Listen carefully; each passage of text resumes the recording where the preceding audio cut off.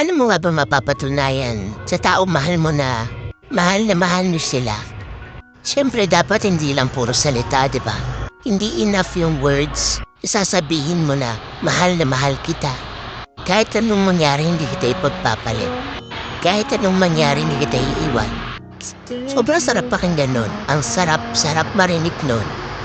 Pero, dapat ginagawa niyo rin yun in actions. Hindi lang dapat puro salita.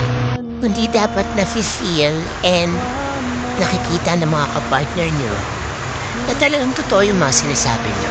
Alam nyo ba, mapapatunayan nyo lang sa isang tao na mahal nyo sila kahit na gaano kahirap ang isang sitwasyon na nandun kayo. Especially kung sa dami ng reason para iwan nyo sila is nag-i-stick pa rin kayo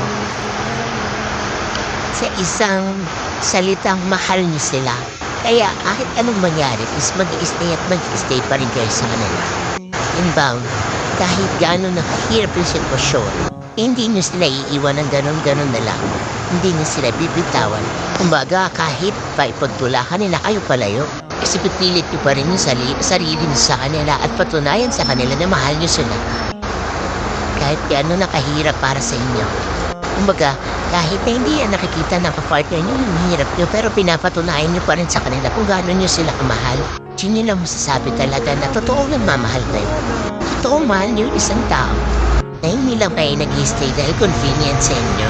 Kundi lang kayo nag-i-stay dahil wala naman kayong choice. Kundi nag-i-stay kayo sa kadahilan na mahal sila na sa dami ng choices na pwede nyo silang iwan.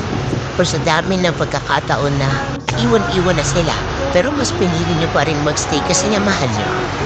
Diba pinapatunayan nyo sa kanila kung gaano nyo sila kamahal. At pag may ganun na kayong mga kapartner guys, please lang, pakiingatan. Pakitrato ng tama. Pakibigay sa kanila yung deserve nilang pagmamahal. Kasi sa ilang milyon sa mundo, di lahat ng tao kaya ipakita sa'yo kung gaano kanila kamahal, kung gaano ka-special araw-araw. Kaya, pag may mga tao na nagpaparamdam sa inyo ng ganun, ingatan nyo. Mahalin nyo rin. See you lang.